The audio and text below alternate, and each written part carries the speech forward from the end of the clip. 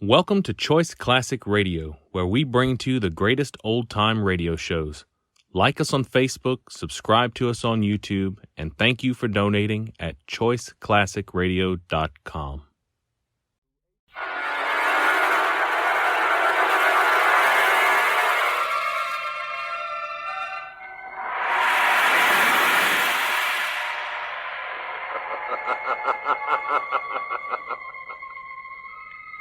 Who knows what evil lurks in the hearts of men? The Shadow knows.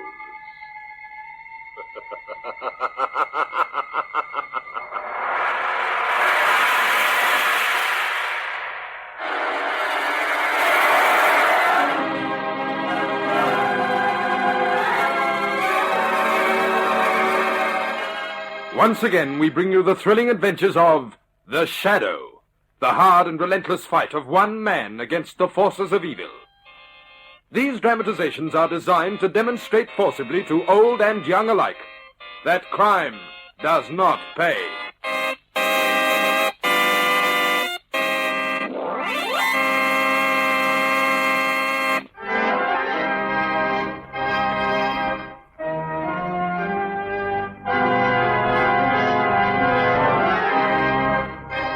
The Shadow, mysterious character who aids the forces of law and order, is in reality Lamont Cranston, wealthy young man about town.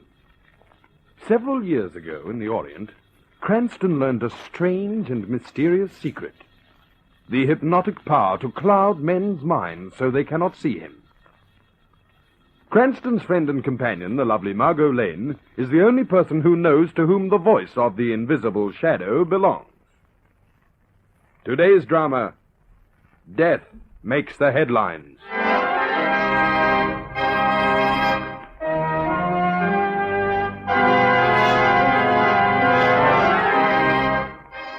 Our story opens in Margot Lane's comfortable and tastefully furnished flat. In an easy chair, Lamont Cranston lounges contentedly, watched over by a slightly peeved Margot. Lamont Cranston, will you stop reading that paper? Oh, in case you haven't noticed, I've been ready to go out for the last 25 minutes. Oh, I'm sorry, Margot. There's a wonderful mystery story running in the Morning Star. This is the first chance I've had to read this installment. The boy didn't deliver a paper to me this morning. Well, in case you've forgotten, we have an engagement to play bridge with the Sloanes tonight, and you know how annoyed they get when we're late. Dull people. Dull or not, we're going. Oh, very well. Just as soon as I finish. Another page or so. Well, you might read it to me, too. After all, it isn't very pleasant sitting here just waiting. Oh, I'm sorry, Margot. Oh, where was I? Oh, yes. Jeff slipped behind the wheel of the Hispano Suiza and started the engine. Just enough time to make it if we hurry, he said to Mary as she climbed in beside him. Time. It's always a race with time, she replied, as much to herself as to Jeff.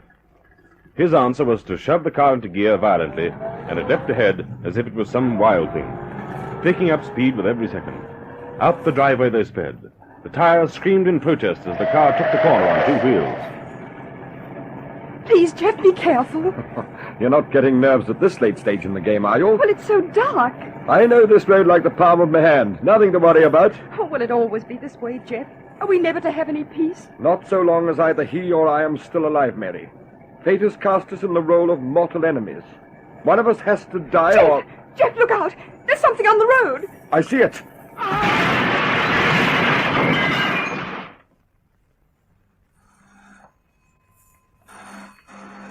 Isn't that the phone? Huh? Yes. What happened after the crash, Lamont? Well, the story's got you too, eh? I'd better answer that phone. Hello? This is Sergeant O'Brien speaking. O'Brien. Oh, this is Cranston. Sorry to bother you, Mr. Cranston, but there's been a serious automobile accident out on the road. Automobile accident? Yes, sir. Robert Ross and his wife Mary were killed. Cracked up in his big foreign-built car. Hispano Suiza, wasn't it? Yes, I believe it was. You knew Ross, didn't you? Enough to identify him? Yes, I think so. Would you come out here and do so? I'll be there in 30 minutes. Lamont, what about our bridge with the Sloanes? I'm afraid we'll have to forget about that for tonight, Margot. Oh, what shall I tell them? What excuse can I make? Tell them that fate has dealt us a very unusual hand, and we'd like to play the game through to the end. You see, Margot, I have an idea that Robert Ross was murdered.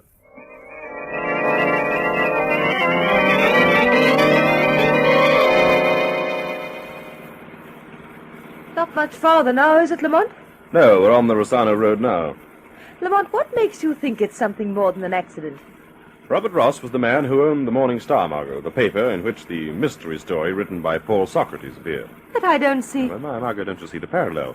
The accident described in the story I was reading actually happened exactly as the author portrayed it. Oh, then you think... I don't think anything yet, Margot. I'm going to find out. Oh, that looks like the place up there ahead.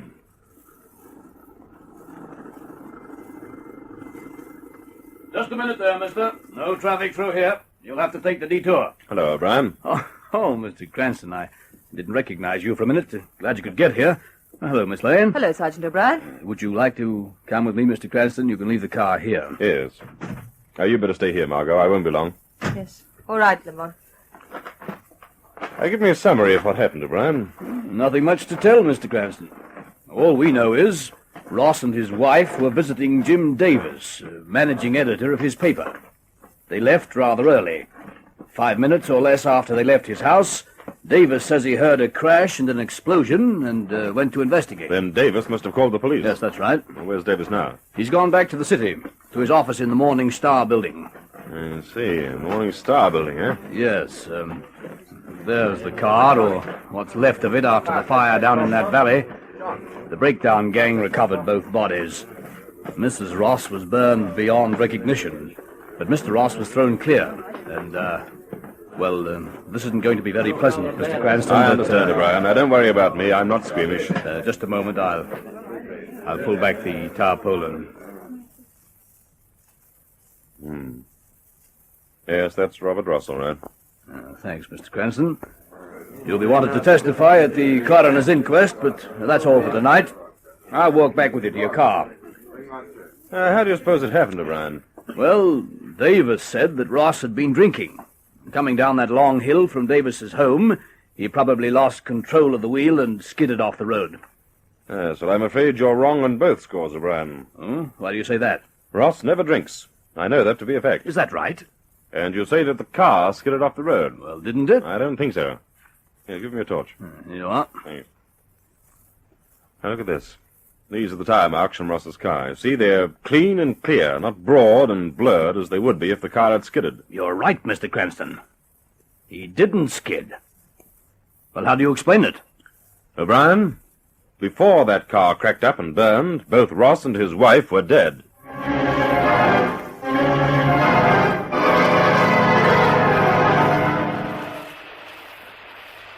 But Mr. Davis is too busy to see anyone now, sir. Well, tell him that it concerns the Robert Ross case. I'm sure he'll see us. But I... Now, tell him that, please.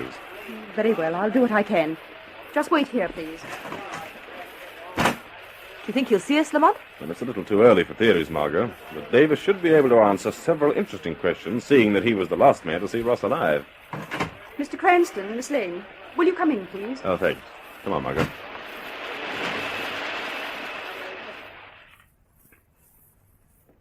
Now, Mr. Cranston, Miss Lane, what is it you know about the Ross business? I've come here to ask you a few questions, Mr. Davis. Oh, so that's it, eh?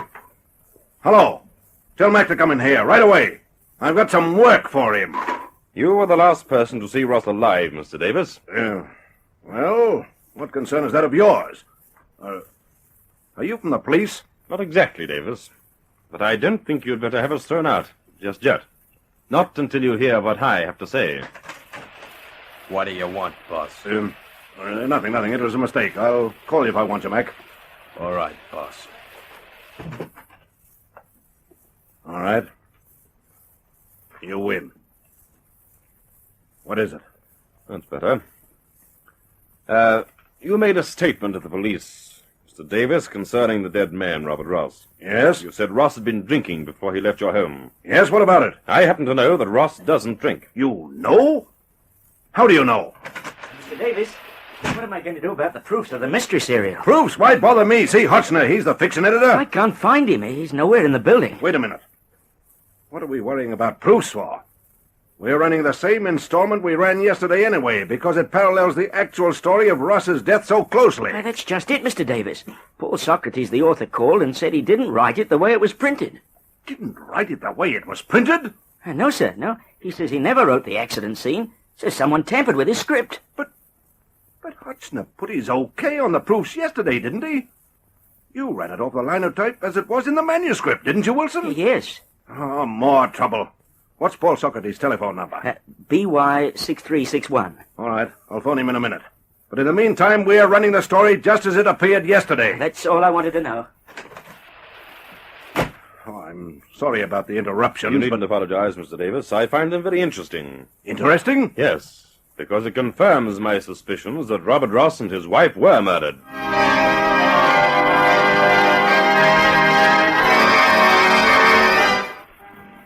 Lamont, why should someone want to make changes in the mystery serial?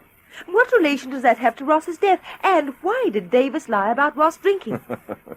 One question at a time, Margot. Well, does it tie together? I think it all will when I find a few more of the missing pieces of the puzzle. There's one person who can help considerably. Who's that? The author of the mystery serial, Paul Socrates. He can tell me what he had written in the original manuscript.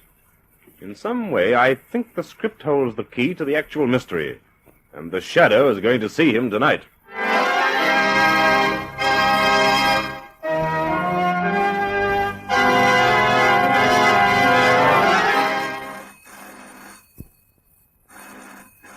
Oh, confound that phone. Won't it ever stop? Good.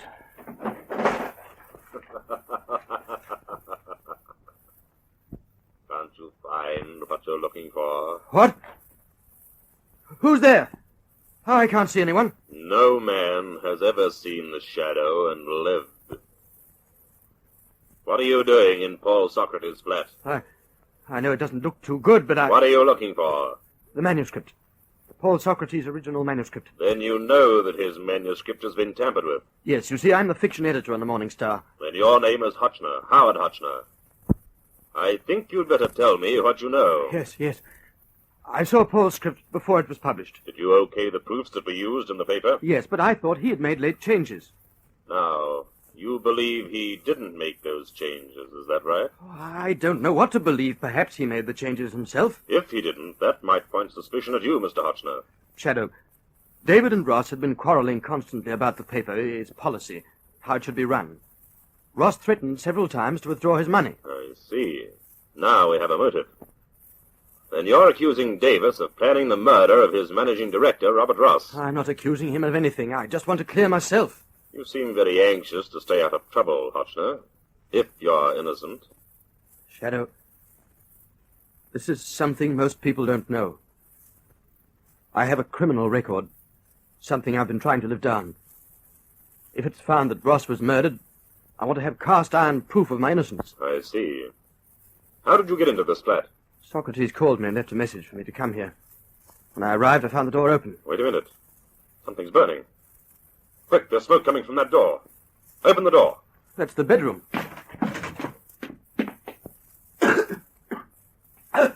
There's so much smoke, I can't see. On the bed. There's a body on the bed. It's Paul. I'll carry him up.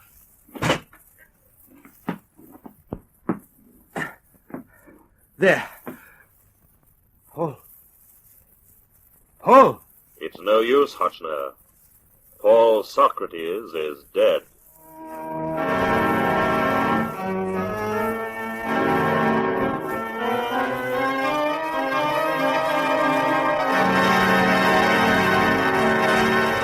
We'll return to the Shadow in just a moment.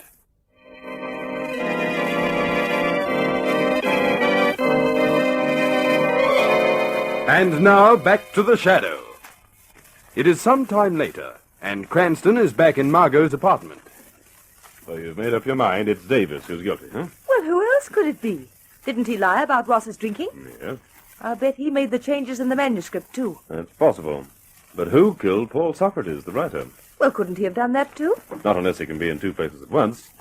I left him at the newspaper office. Less than half an hour later, I found Paul Socrates burnt to death in his flat. Well, Well, what about Hotchner? I'm inclined to believe that he's innocent, too. Of course, the big question at the moment is, why was Socrates killed? Well, I'm sure it's all... Hello. Mr. Cranston? Yes. Oh, this is Sergeant O'Brien. Remember you asked me to let you know if anything new turned up on the Ross case? Oh, yes, O'Brien. Well, the commissioner has arrested Hotchner for the murder of Paul Socrates, that writer fellow. Sounds like Weston. Anything else? Yes. Something that has the whole department in a turmoil. What's that? The autopsies on the bodies of both Ross and his wife. Yes? No trace of alcohol was found in Ross's brain. Just as you said, he couldn't have been drinking. I see. Anything else? Perhaps you'll think that we're all a little out of our minds down here, but, Well, go on. The medical examiner's report showed that Ross and his wife didn't die as a result of either the accident or the fire that followed. What was the cause of the death, O'Brien? Well, this is what sounds absolutely crazy. But they died from suffocation caused by drowning.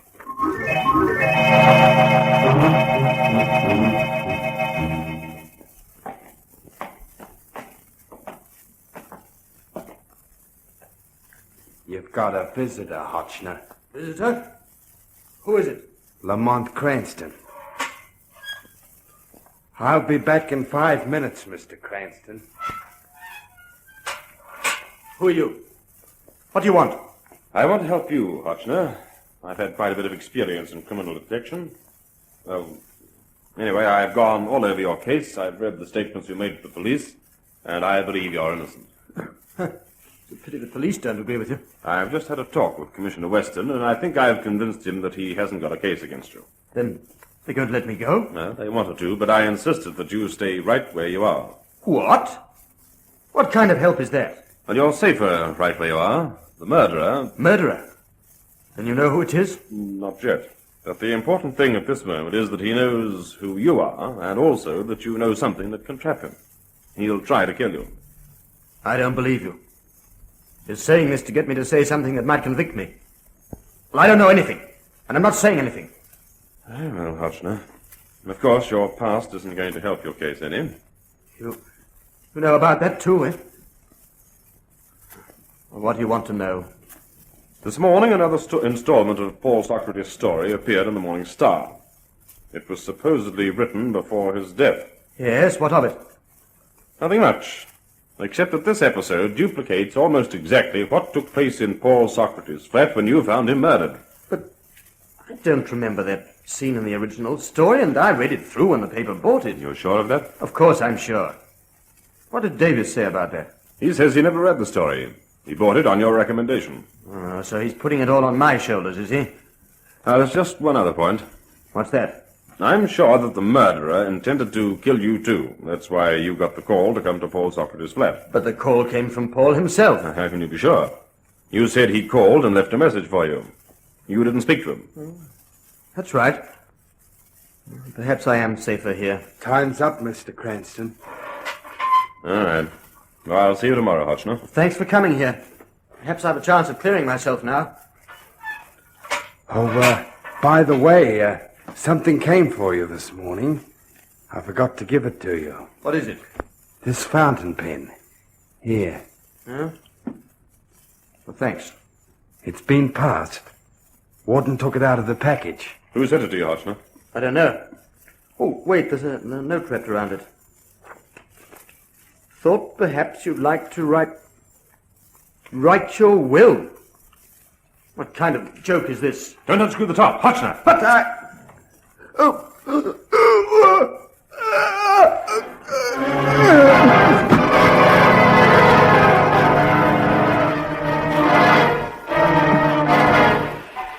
Mr. Davis! Mr. Davis! Yes, Joe? I have the latest circulation figures here. You wanted to see them. The paper's going terrifically since these murders. Oh, they've given it an amazing boost. Oh, yes?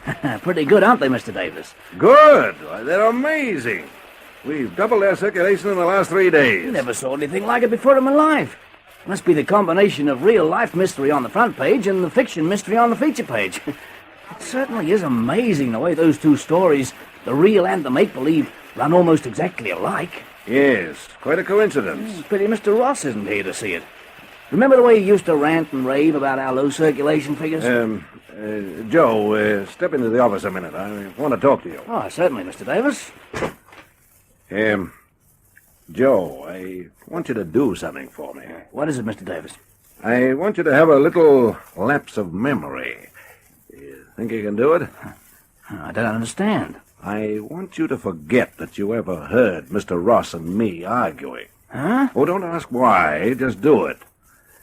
There'll be a nice fat raise in your pay envelope this next pay, Joe. Yes, of course. Anything you say, Mr. Davis. You can depend on me, all right. I'm certain I can, Joe. You busy, Mr. Davis? No, I'll be right with you. I'll talk to you about that again, Joe. Oh, no need to, Mr. Davis. I'll keep quiet. A fool. What? Nothing. Well, what do you want, Wilson? Just who's going to okay my linotype proofs now, Mr. Davis?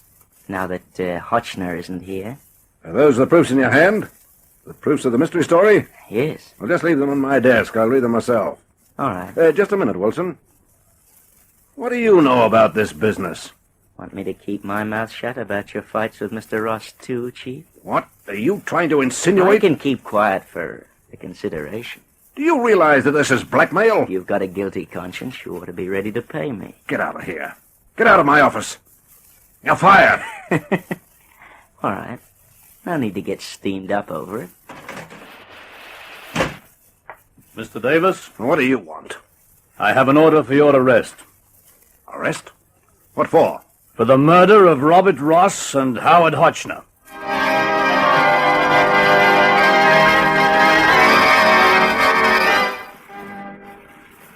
Do you mean to tell me that this has all been a hoax? I'm not under arrest after all? That's right, Mr. Davis. And this man is not really a policeman? Oh, I'm that all right, Mr. Davis, but I'm just off duty right now. Just doing a little extra work for Mr. Cranston. Isn't that right, Sergeant O'Brien? Yes, Miss Lane. Then I insist that you take me back to my office at once. That's where we are taking you, Mr. Davis. Then why have you done all this? I'd like an explanation.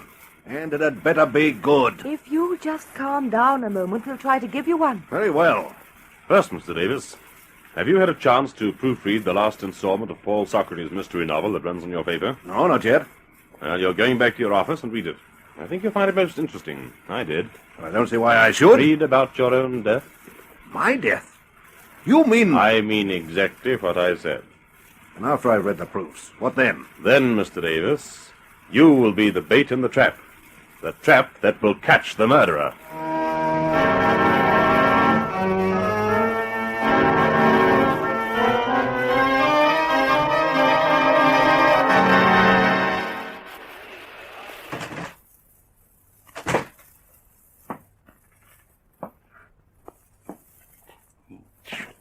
On the desk, it should. Here it is. What? I'll take those proofs, Wilson. I haven't had a chance to read them yet. But I thought that... You thought that I'd been arrested for the murders of Ross and Hotchner, didn't you? I was here when they came for you. Let us say I got away from them. Let us say that I came back to get hold of the real murderer. No, don't reach for that phone. All right. It doesn't matter. The police will get you eventually. You're the real murderer, aren't you, Wilson? You'll never prove it. No, nor the police either. So you admit it? I don't admit anything. But I know how it was done. Tell me. Very clever of you, Mr. Davis. Very clever. On second thoughts, I will tell you. Because you'll never tell anybody. My name's not Wilson. My real name is Ross.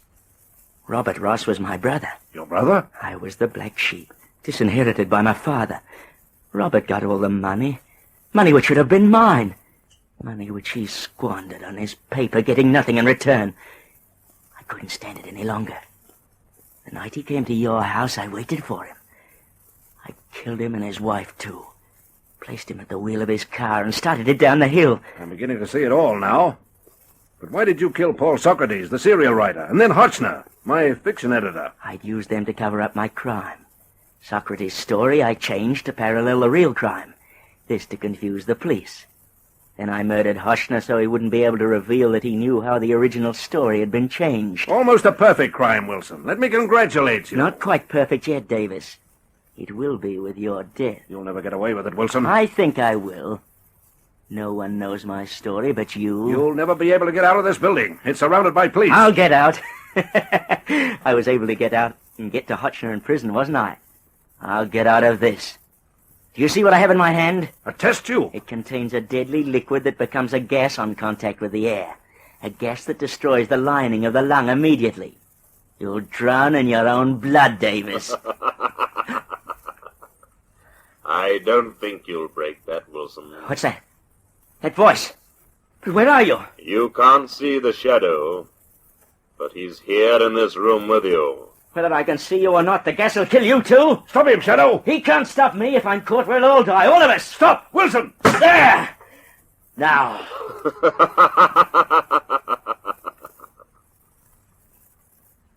Why don't we die, Wilson? I don't understand. The gas. There was no liquid gas in the sealed tube, Wilson, because I substituted the original for one filled with water. Water? Yes, Wilson. You'll live to pay for your crime.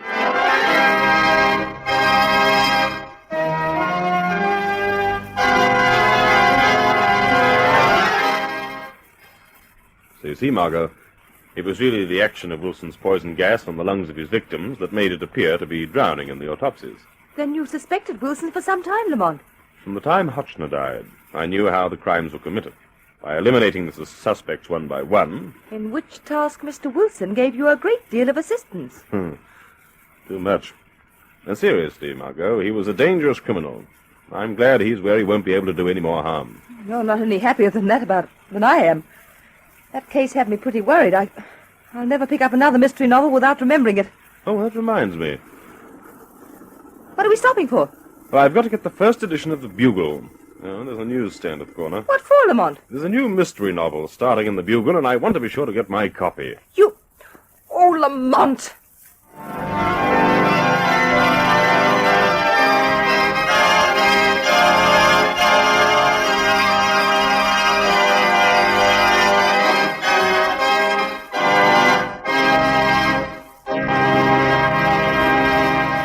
Another adventure of the Shadow is over.